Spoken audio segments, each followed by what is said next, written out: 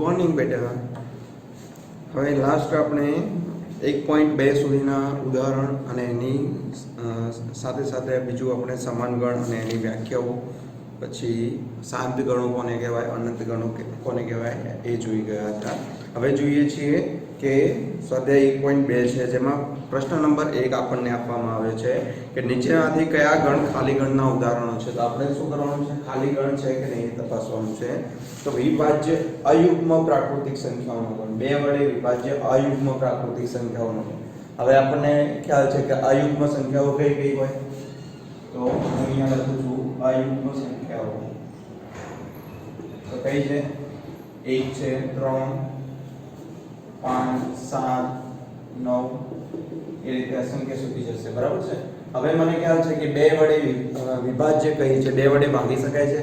આમાંથી એક પણ સંખ્યા એવી નથી જે વિભાજ્ય હોય બે વડે. બરાબર છે. એટલે કે બે વડે ભાગી શકાતી નથી, માટે આ ગણ કેવો છે આપણો?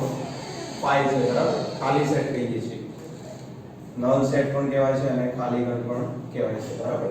સેકન્ડમાં જોઈએ છીએ, સેકન્ડમાં શું કહ્યું છે આપણને? યુગ્મ અવિભાજ્ય પ્રાકૃતિક સંખ્યાઓનો ગણ. યુગ્મ અવિભાજ્ય, યુગ્મ કઈ છે? બે એ યુગ્મ છે અને અવિભાજ્ય. આ ફક્ત એક જ એવી સંખ્યા છે જે યુગ્મ છે અને અવિભાજ્ય પણ છે. એના પછી બીજી 4 લઈએ છીએ તો 4 ભાગી શકાય છે, 6 ભાગી શકાય છે. પછી એટલે કે કેવી છે? અવિભાજ્ય છે.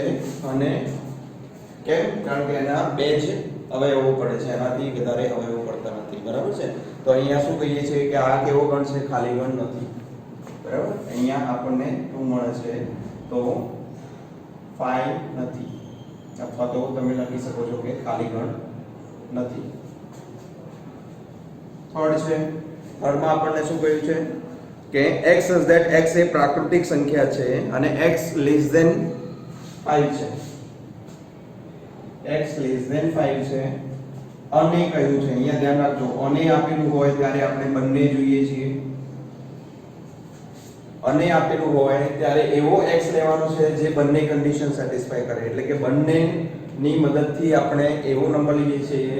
તો હું x less than 5 લઉં છું તો 4 છે એ આ કન્ડિશન અનુસરે છે, એટલે કે 4 greater than 7 થાય ના થાય. તો માટે આપણે અહીંયા અને આપેલું છે અથવા આપેલું હોય તો કોઈ પણ એક કન્ડિશન આપણને અનુસરે છે તો ચાલે. પણ જ્યારે પણ આપણને શું કહેવામાં આવ્યું હોય તો કે અથવા આપેલું હોય તો કઈ કરી શકાય છે, ગમે તે એક કન્ડિશન ફોલો થાય તો ચાલે. પણ અહીંયા આને આપેલું છે માટે બંને કન્ડિશન અનુસરવી જોઈએ. તો અહીંયા હું કોઈ પણ એવી સંખ્યા નહીં મળે કે જે આ બંને કન્ડિશનને અનુસરશે જે પ્રાકૃતિક સંખ્યા હોય. તો અહીંયા કેવો છે? 5 છે. બરાબર. ફોર્થ લઈએ છીએ. ફોર્થમાં શું કહ્યું છે કે y such that y એ બે ભિન્ન સમાંતર રેખાઓનું સામાન્ય બિંદુ છે. હવે આપણને ખબર છે કે સમાંતર રેખાઓ કઈ કહેવાય છે? જે ક્યારેય એકબીજાને મળતી નથી. બરાબર છે. સમાંતર એટલે કે પેરેલલ ક્યારે કહેવાય છે? કે જ્યારે કોઈ બંને રેખાઓ છે ક્યારેય એકબીજાને મળતી નથી, માટે આપણે એને કહીએ છીએ કે સમાંતર રેખાઓ છે. તો આ સમાંતર રેખાઓ ક્યારેય એકબીજાને ના મળતી હોય તો એનું સામાન્ય બિંદુ મળશે ખરી? એટલે કે બંને એકબીજાને ટચ કરતી હોય એવું છેદ બિંદુ મળશે તો નહીં મળે. તો આ પણ કેવો છે? 5 છે. બરાબર. ખાલી ગણ છે. તો અહીંયા સુધી ખ્યાલ આવી ગયો આપણે. હવે આગળ જોઈએ છીએ ક્વેશ્ચન નંબર 2 છે આપણી જોડે. ક્વેશ્ચન નંબર 2 શું કહે છે આપણને? તો કે નીચેમાંથી કયા ગણ શાંત ગણ છે અને કયા અનંત ગણ છે એ લખવાનું છે.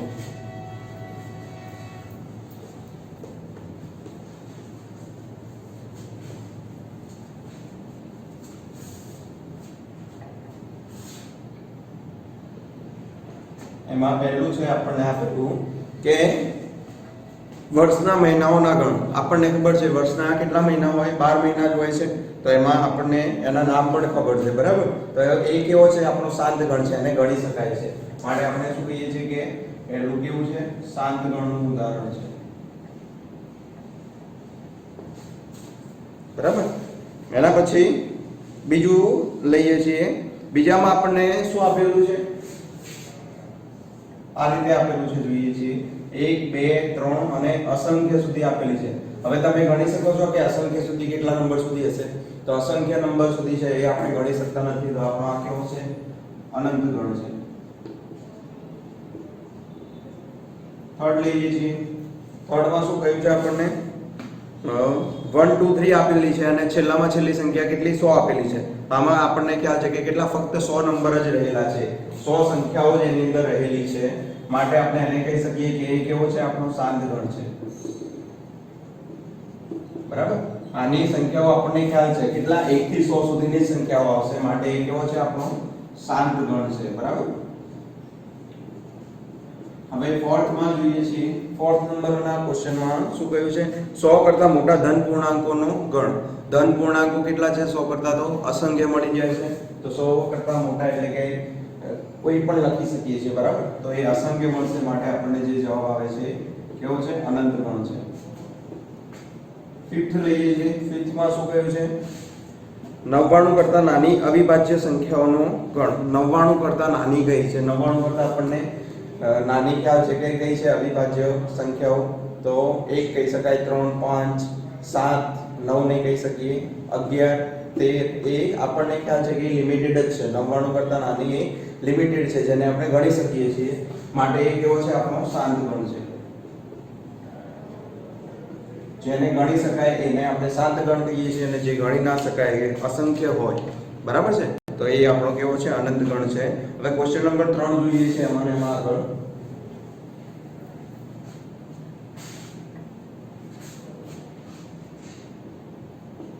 એમાં ફર્સ્ટ એમાં પણ એ જ જોવાનું છે, શાંત છે કે અશાંત છે, એટલે કે અનંત છે. તો x અક્ષને સમાંતર રેખાઓનો ગણ.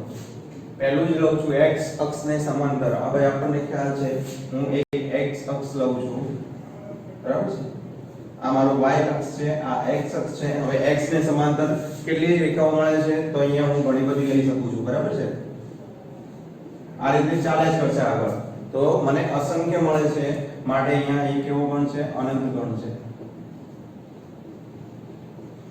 પછી બીજામાં શું કહ્યું છે? અંગ્રેજી મૂળાક્ષરોનો ગણ. આપણને ખબર છે અંગ્રેજી મૂળાક્ષરો કેટલા છે? 26 છે. તો એ ગણી શકાય છે, માટે આપણે અહીંયા લઈએ છીએ કે શાંત ગણ છે.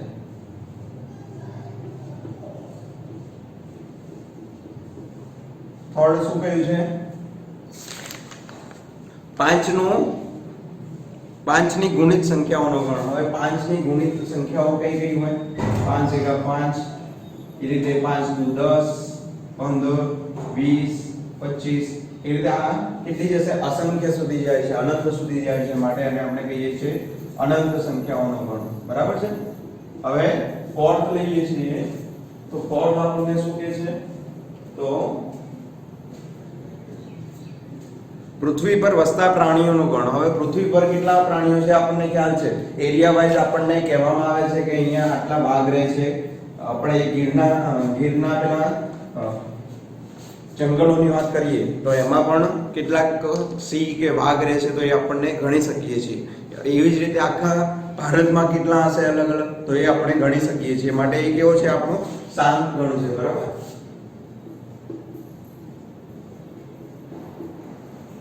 હવે આગળ 5મા નંબરમાં લઈએ છીએ.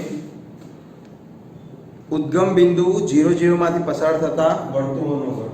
હવે ઉદ્ગમ બિંદુ જે છે આપણું 0 0 ક્યાં હોય? અહીંયા વચ્ચે હોય, જ્યાં x અને y અક્ષ મળતા હોય. તો ત્યાંથી પસાર થતા એનાથી બનતા વર્તુળોનો ગણ. હવે હું અહીંયા કેટલા વર્તુળ દોરી શકું છું? અહીંયાથી આ રીતે ચાલુ કરીએ છીએ, તો આ રીતે મને કેટલા? અસંખ્ય વર્તુળો મળશે. તો માટે એ કેવો છે? અનંત ગણ છે. ઓકે, અહીંયા સુધી ખ્યાલ આવી ગયો. હવે ક્વેશ્ચન નંબર 4 માં શું કહેવામાં આવ્યું છે કે a બરાબર b છે કે નહીં તે ચકાસવાનું કહ્યું છે. તો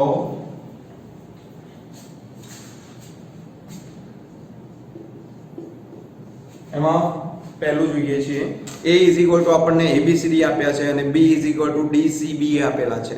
તો જે આપણને શું ખ્યાલ છે કે ગણ આપેલા હોય એમાં ક્રમ આડાઅવળો કરીએ છીએ તો એનો કોઈ ફરક નથી પડતો, પરંતુ શું જોવાનું છે? એના ઘટકો કેટલા છે અને કયા કયા છે એટલું જ જોઈએ છીએ. તો a માં a b c અને d છે, તો જ્યારે પેલામાં પણ b માં જોઈએ છીએ તો a છે, b છે, c છે અને d છે, પણ ઉલટા લખેલા છે. તો માટે બંને ગણ કેવા છે? સમાન ગણ છે, તો એમાં લખીએ છીએ a b. બીજું છે, બીજામાં જોઈ શકો છો તમે શું કહ્યું છે 4 8 12 અને 16 અને ફરીથી અહીંયા જુઓ છો તો 4 8 12 અને 16 નથી, 16 અને 18 આપેલા છે. બંનેમાં ઘટકો સરખા છે પણ એની જે કિંમત આપેલી જે છે 4 છે 8 છે, ઘટકોની સંખ્યા સરખી છે પણ જે ઘટકો આપેલા છે એ સરખા થતા નથી. એટલે કે 4 તો છે, 8 પણ છે પણ 12 નથી અંદર, એની જગ્યાએ 18 આપ્યા છે, માટે એ શું છે આપણે સમાન ગણ નથી, a does not equal to b લખીએ છીએ. હવે થર્ડ નંબરમાં આપણને આપેલું છે કે a is equal to 2 4 6 8 અને 10 અને x એ યુગ્મ ધન પૂર્ણાંક છે અને x less than or equal to 10 છે. તો અહીંયા શું લખી શકીએ છીએ b is equal to મને શું મળશે, a is equal to તો આપણને આપેલું છે પણ b is equal to મને કયા કયા ઘટકો મળશે, a b કયો છે આપણો, x એ યુગ્મ ધન પૂર્ણાંક છે, યુગ્મ ધન પૂર્ણાંક કયા કયા છે 2 4 6 8 અને 10. અહીંયા 10 લઈ શકીએ કે ના લઈ શકીએ, તો લઈ શકીએ. કેમ? કારણ કે less than or equal to આપેલું છે. તો અહીંયા જે ઘટકો મળ્યા છે આપણને કયા કયા છે, પેલાના જેવા જ છે, એ જેવા છે કે નહીં, તો 2 4 6 8 10 એક છે અહીંયા આગળ પણ, તો અહીંયા લખી શકીએ છીએ કે a is equal to b, એટલે કે બંને ગણ કેવા છે, સમાન ગણ છે. એના પછી શું છે, નીચે આપેલી જોડીઓના ગણ સમાન છે કારણ હજુ 4 નંબરનો બાકી છે. તો x such that x એ 10 નો ગુણિત છે. 10 ના ગુણિત આપણને ખ્યાલ છે કયા કયા હોય છે, 10 ના ગુણિત 10 એકા 10 10 દુ 20 10 તરી 30 10 ચોક 40 એ રીતે કેવા અસંખ્ય સુધી જાય છે. જ્યારે અહીંયા b આપણને કેટલો આપેલો છે, b is equal to આપણને કિંમતો આપેલી છે કે 10 15 20 25 30, 10 15 20 25 એ રીતે આપેલી છે. તો અહીંયા બંને સરખા છે નથી, બરાબર છે. અહીંયા 10 10 છે, 20 છે, અહીંયા 15 છે, માટે આપણે શું કહીએ છીએ કે a does not equal to b થશે. પછી આગળ જોઈએ છીએ ક્વેશ્ચન નંબર 5 માં શું કહ્યું છે એમાં, તો ક્વેશ્ચન નંબર 5 માં કહ્યું છે કે એમાં પણ એ જ શોધવાનું છે કે જોડીઓના ગણ સમાન છે કે નહીં. તો પહેલું જોઈએ છે એમાં 2 3 આપેલું છે આપણને, a is equal to 2 3 આપ્યું છે અને b is equal to આપણને ઇક્વેશન આપ્યું છે x square plus 2x sorry x square plus 5x plus 6 is equal to 0.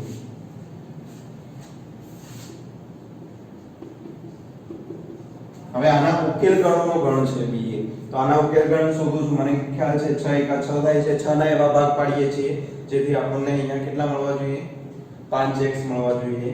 તો અહીંયા હું કયા ભાગ પાડી શકું છું, 2 ગુણ્યા 3 પાડી શકું છું. અહીંયા પ્લસ છે માટે આપણે પ્લસ કરીને જવાબ લાવીશું. જો અહીંયા માઈનસ હોત તો આપણે 6 માઈનસ 1 કરીને લાવત, પણ અહીંયા પ્લસ છે તો આપણે પ્લસ કરીને જવાબ લાવીએ છીએ.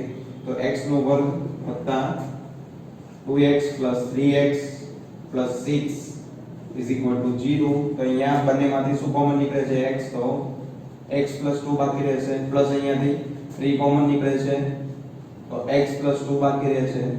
હવે આ બંનેમાંથી કેટલા નીકળે છે કોમન, x plus 2 કોમન નીકળે છે, તો અહીંયા કેટલા બાકી રહે છે, x plus 3 બાકી રહેશે. હવે મને ખ્યાલ છે કે આને કઈ રીતે લખી શકું, x plus 2 is equal to 0 અથવા x plus 3 is equal to 0. તો x ની કિંમત કેટલી મળશે આપણને, અહીંયા -2 મળે છે, જ્યારે અહીંયા x ની કિંમત આપણને -3 મળે છે, બરાબર. હવે -2 અને -3 કોના ઘટકો થશે, b ના ઘટકો થાય છે, -2 -3. હવે આ બંને સરખા છે નથી, તો અહીંયા લખીએ છીએ કે બંને સમાન ગણ નથી.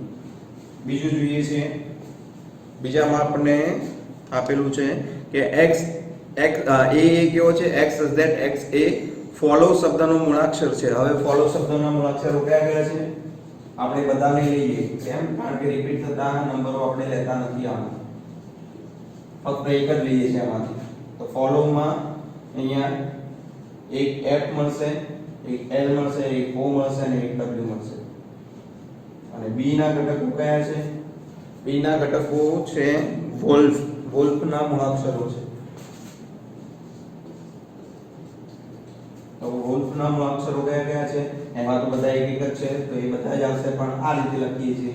F પહેલા લખીએ છીએ, પછી L, O અને W. બરાબર છે? તો અહીંયા બંને કેવા થઈ ગયા? સરખા થાય છે, માટે આપણે લખીશું કે A = B, એટલે કે બંને સમાન ગણ છે. આગળ ક્વેશ્ચન નંબર 6 માં પણ એ ચેક કરવાનું છે, સમાન ગણ પસંદ કરવાના છે.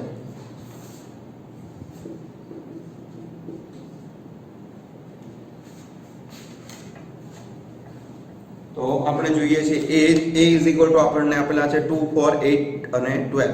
તો એના જેવો બીજો કોઈ ગણ આપેલો છે? તો ના, નથી આપેલો મને. પછી B છે, B = 1 2 3 4 છે. એના જેવો બીજો કોઈ ગણ છે? તો હા, કયો છે? D = આપેલા છે. એમાં ફક્ત ક્રમ આડાવળો કરે છે, પણ એમાં પણ જે ઘટકો છે એ કેટલા છે? 1 2 3 4, અને એના ઘટકોની સંખ્યા પણ 4 છે. માટે આપણે શું લખી શકીએ કે B = B.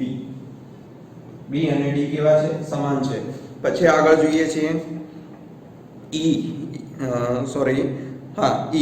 -1 અને 1 આપેલા છે, એના સમાન છે? તો હા, G છે, 1 ને -1 આપેલા છે, તો E શું છે?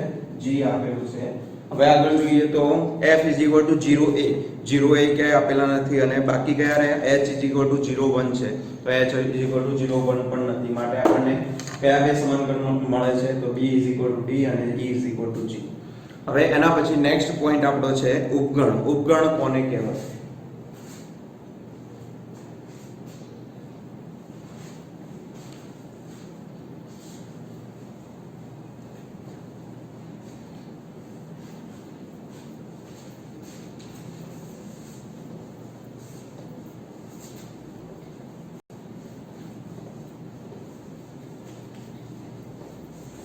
ગણ આપણને ખ્યાલ છે કે કોને કહેવાય?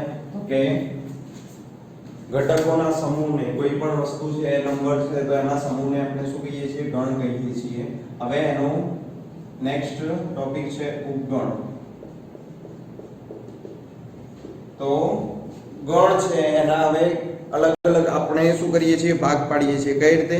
તો એની વ્યાખ્યા પ્રમાણે હું તમને સમજાવું છું કે જો ગણ A નો પ્રત્યેક ઘટક એ ગણ B નો પણ ઘટક હોય, જો ગણ A નો પ્રત્યેક ઘટક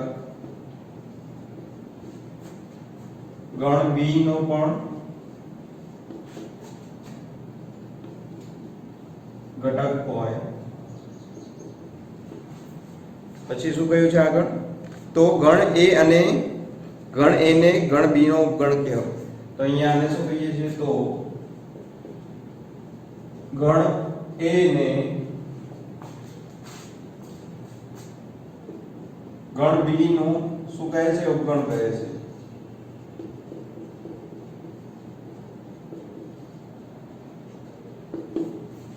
તો હવે સમજીએ ઉદાહરણ દ્વારા.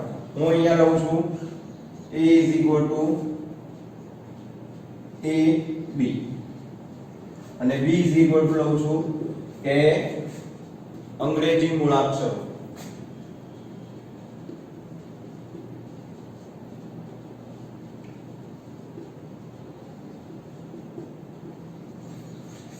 અંગ્રેજી મૂળાક્ષરો આપણને ખ્યાલ છે કયા છે? A B C D થી લઈને Z સુધીના બધા જ મૂળાક્ષરો આની અંદર સમાયેલા છે. અહીંયા AB ફક્ત બે જ મૂળાક્ષરો આપેલા છે, A અને B. હવે આ A અને B એ આના જે પ્રત્યેક ઘટક છે, આ એક ઘટક કહેવાય, બે ઘટક કહેવાય. ટોટલ આમાં કેટલા? બે ઘટકો છે. એ બે ઘટકો બીજા ઘટકમાં હોય તો એ શું કહેવાશે? એ આપણે A ને B નો શું કહીએ છીએ? ઉપગણ કહીએ છીએ. બરાબર? તો A એ B નો ઉપગણ છે. હવે એને નિશાની કઈ છે? કઈ રીતે દર્શાવીએ છીએ? તો A સબસેટ, ઇંગ્લિશમાં એને કહેવાય છે સબસેટ. તો A સબસેટ B એટલે કે A એ B નો ઉપગણ થાય. એટલે કે A ના પ્રત્યેક ઘટકો એ ગણ B ના પણ ઘટકો છે. બરાબર? ખ્યાલ આવી ગયો અહીંયા? તો આપણે શું કહીએ છીએ કે A અને B પ્રત્યેક ઘટકો જે છે એ આમાં સમાયેલા છે. એટલે કે A એ B માં સમાયેલો છે, માટે આપણે કહી શકીએ કે A સબસેટ ઓફ B એટલે કે A એ B નો ઉપગણ છે. હંમેશા એ ધ્યાન રાખીએ છીએ કે આ જે જે પણ સબસેટ આપેલો છે એ સબસેટ B આપેલો છે તો એ હંમેશા B જેટલો અથવા B કરતા નાનો હોઈ શકે છે બરાબર। હવે જોઈએ છીએ તો અહીંયા લખવું હોય તો કઈ રીતે લખી શકીએ તો કે અહીંયા હું લખું છું A B belongs to શું છે belongs to એટલે કે એની અંદર છે A માં છે that implies એને કઈ રીતે દર્શાવીએ છીએ જો આને શું કહેવાય છે તો A અને B એ A માં છે તો અને વાક્યની રીતે હું વાંચું છું A અને B A માં છે તો અહીંયા શું કહી શકીએ અને બીજું શું આપેલું છે આપણને A અને B B માં પણ છે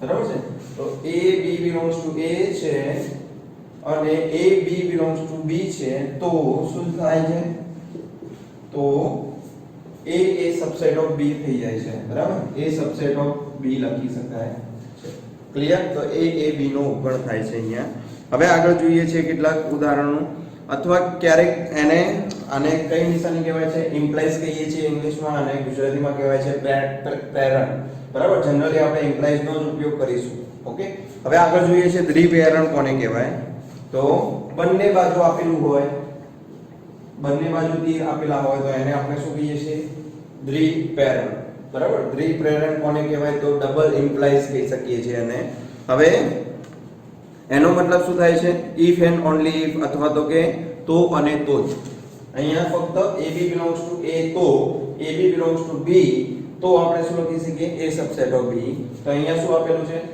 ડબલ ઇમ્પ્લાઇઝ આપેલું છે તો AB belongs to A તો અને તો જ AB belongs to B તો આપણે શું કરીશું A = B લખી શકીએ બરાબર છે તો અહીંયા કેટલાક એના ઉદાહરણો જોઈએ છીએ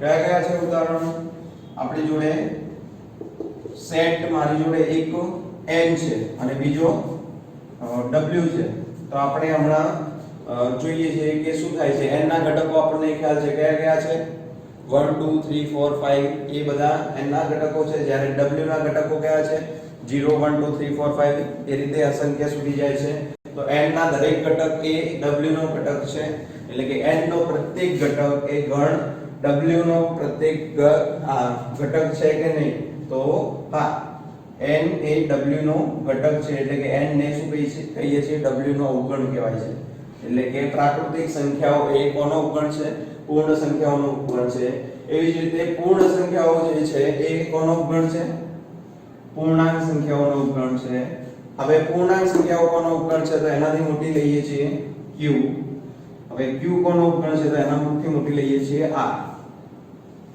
બરાબર છે અહીંયા આપણે ડાયરેક્ટ લઈ શકીએ નહીં કે q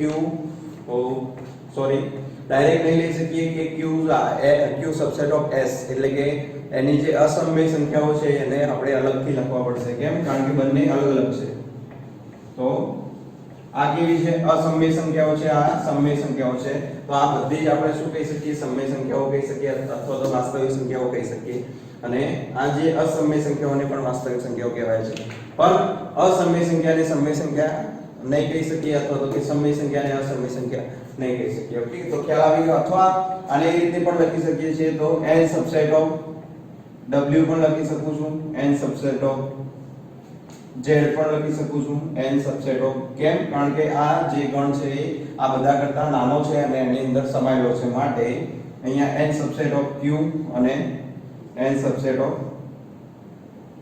r લખી શકું છું એવી જ રીતે બીજું જોઈએ છે w માટે તો કે w સબસેટ ઓફ શેમાં આવશે z w subset of q અને w સબસેટ ઓફ r પણ અહીંયા n નહીં લખી શકીએ w does not subset of કેમ કારણ કે જ્યારે પણ w ના અંદર કયા ઘટકો છે 0 1 2 3 4 છે એ n માં નથી સમાયેલા માટે અહીંયા હું શું લખીશ કે w does not subset એટલે કે જ્યારે આના પ્રત્યેક ઘટક આના ઘટક ના હોય તો આપણે શું લખીએ છીએ does not subset એટલે કે એ એનો ઉપગણ નથી પછી એવી રીતે z માટે લઈએ છીએ તો z સબસેટ ઓફ શું થશે q થશે અને r થાય છે પણ Z does not subset of W and N.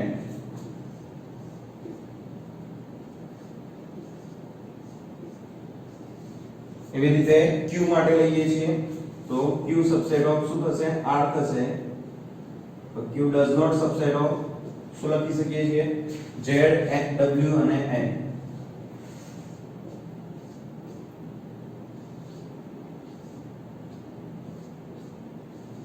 બરાબર છે એવી જ રીતે R કોઈનો સબસેટ નથી કેમ કારણ કે R એક એવી સંખ્યા છે એ તમે આગળના ધોરણમાં ભણશો કે R એ બધી સંખ્યાઓનો સમાવેશ કરે છે માટે R એ કોઈનો સબસેટ અત્યારે નહીં થાય અને S એ અલગથી આપણે લખી શકીએ છીએ કે S સબસેટ ઓફ R અને આ બધા જ N W Z Q does not subset of શું થશે S થશે તો અહીંયા સુધી ખ્યાલ આવી ગયો તમને તો આ એક એનું ઉદાહરણ થઈ ગયું હવે પછી આગળ જોઈએ છીએ તો A આપણને 1 3 અને 5 આપેલા છે અને B આપણને શું આપ્યા છે તો કે x એ 6 કરતા નાની અયુગ્મ પ્રાકૃતિક સંખ્યા છે તો આપણને ખ્યાલ છે 6 કરતા નાની અયુગ્મ પ્રાકૃતિક સંખ્યાઓ કઈ કઈ છે 1 3 અને 5 જ છે તો A સબસેટ ઓફ B છે અને B સબસેટ ઓફ A છે બંને થાય છે તો આપણે શું કરી શકીએ છીએ એને ઇઝ ઇક્વલ ટુ કહી શકીએ છીએ બરાબર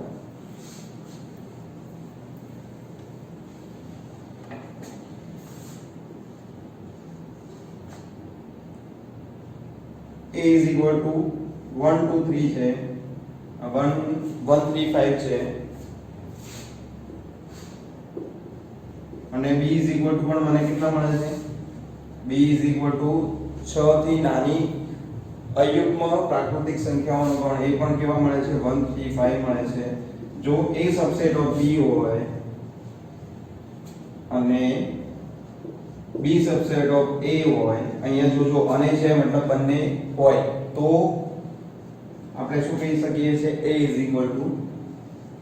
B અહીંયા તમારે જો ડબલ ઇમ્પ્લાઇઝ યુઝ કરવો હોય તો કરી શકો છો કેમ કારણ કે A B હોય તો તમે આ પણ લખી શકો છો કે A સબસેટ ઓફ B થશે અને B સબસેટ ઓફ A થશે ઓકે તો અહીંયા ડબલ ઇમ્પ્લાઇઝ કરી શકીએ છીએ એટલે કે દ્વિ પ્રેરણ છે આપણું ઓકે ખ્યાલ આવી ગયો હવે આગળ અધિગણ અને ઉચિત ગણ જોઈએ છે ઉચિત ગણ કોને કહેવાય છે તો કે A અને B બે કોઈ ગણ આપેલા છે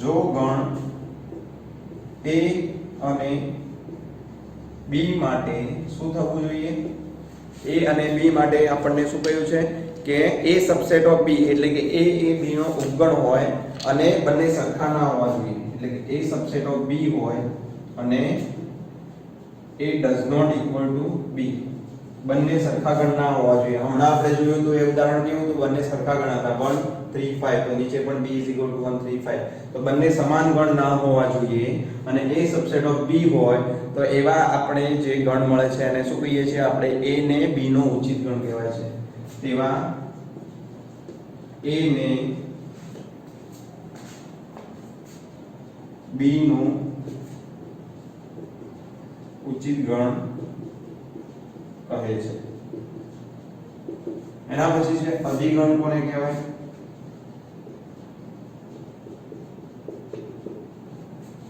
તો અધિગણ કોને કહીએ છીએ તો એમાં જે આપણને આ B આપેલો છે આ B A subset of B એટલે કે એના બધા ઘટકો B માં છે અને B કેવો છે A કરતા મોટો છે તો B ને આપણે શું કહીએ છીએ ઉપર ઉચિત ગણમાં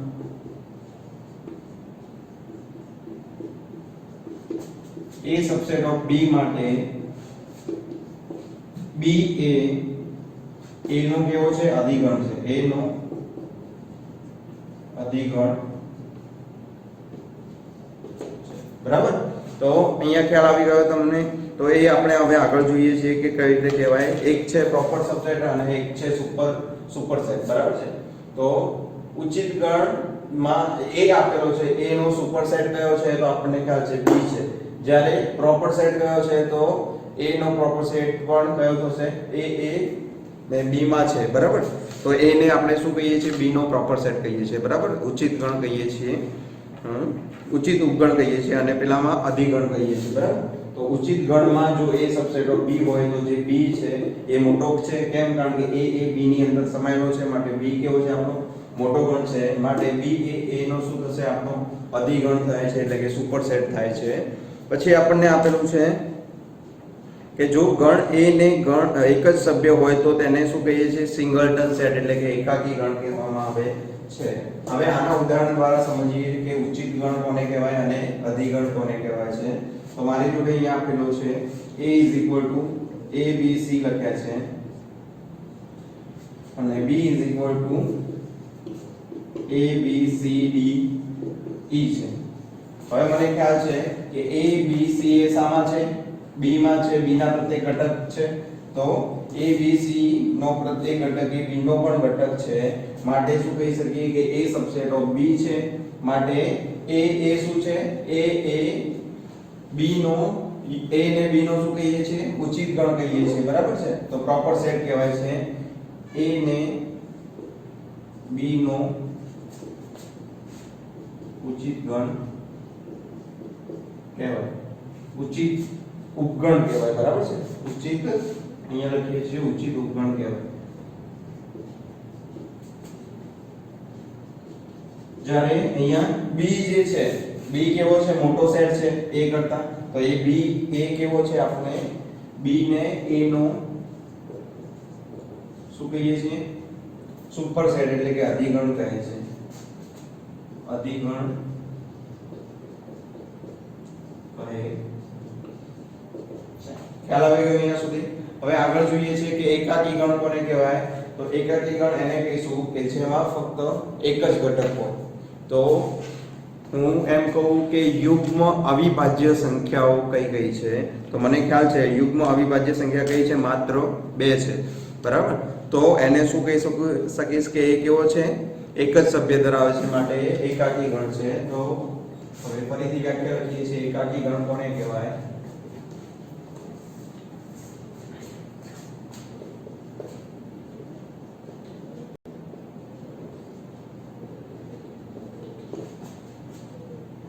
જે ગણમાં માત્ર એક જ ઘટક હોય અથવા એક જ સભ્ય હોય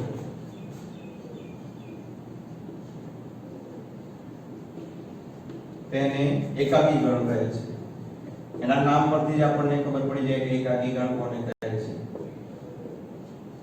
જેમાં માત્ર એક જ ઘટક હોય અને એક જ સભ્ય હોય એને આપણે એકાકી ગણ કહીએ છીએ તો એનું ઉદાહરણ જોઈ લઈએ છીએ તો કે કઈ છે યુગ્મ અવિભાજ્ય સંખ્યાનો ગણ